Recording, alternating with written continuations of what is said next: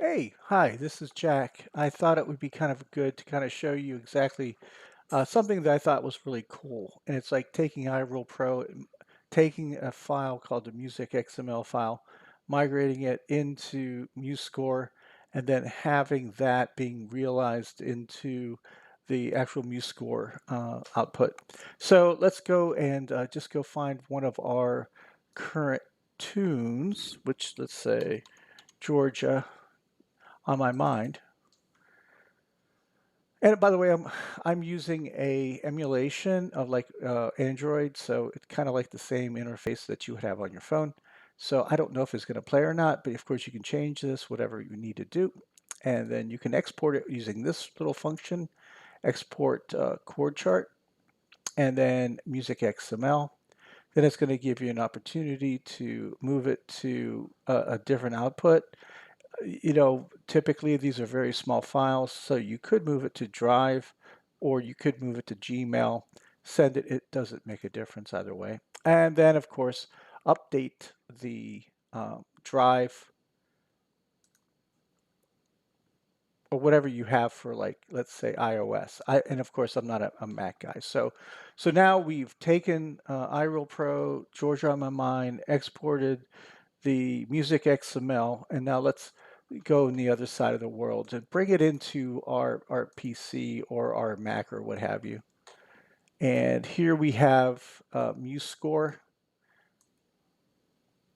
and you see that I've already taken the file, downloaded it from Drive, and actually moved it into MuseScore.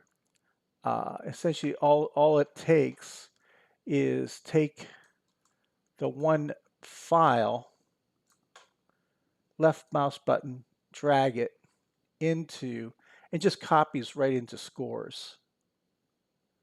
And I don't know if yeah, let's not do that right now. But essentially, it takes about maybe 5 seconds, and it will actually register as part of one of the scores that you have for MuseScore Studio. So the really cool thing is that I'm going to open this up. It gives us an opportunity, and you'll see what it brings in the file. It brings in the the key signature. In this situation, it bring in uh, the key signature and the clef. If you wanted to add or change different, you want it to, let's say, throw in an instrument, let's say like the alto sax, which would be kind of a cool thing to do. Essentially, just hit OK. And now it will bring that in. So if you wanted to, like, say, I want to move it, all of these lines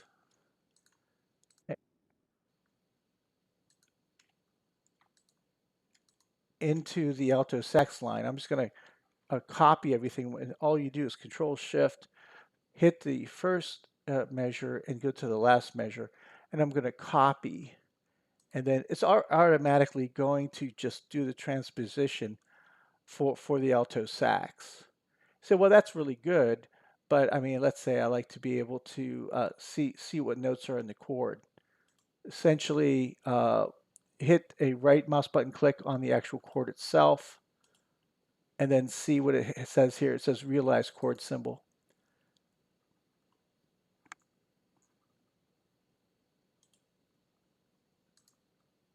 And I think it's falling behind it. Okay, so this dialog box comes up. I'm going to take this guy off. For some reason, it came back behind it. Override custom options. You can actually put the custom options to do whatever you want. The interpretation is jazz. And if you wanted to, let's say, do 4 notes so that you have the triad and the sevenths or what have you, and you want to change it to next chord symbol. Now check out F major 7 with this denotion of the chord itself, and then it will spell out the actual chord. Um, it's pretty cool. For me, I'm doing a lot with transpositions and lead sheets, and I thought it would be kind of cool thing. The other thing, and I don't know if you're going to be able to hear this because I'm talking through my mic here, but you could actually hear the chords being played, and it will actually have that. that next like alto sax being played. All right. I think you get it. If not, give me an email and let me know that you want to know more about it because I've been playing around with it for a while. Take care. Bye bye.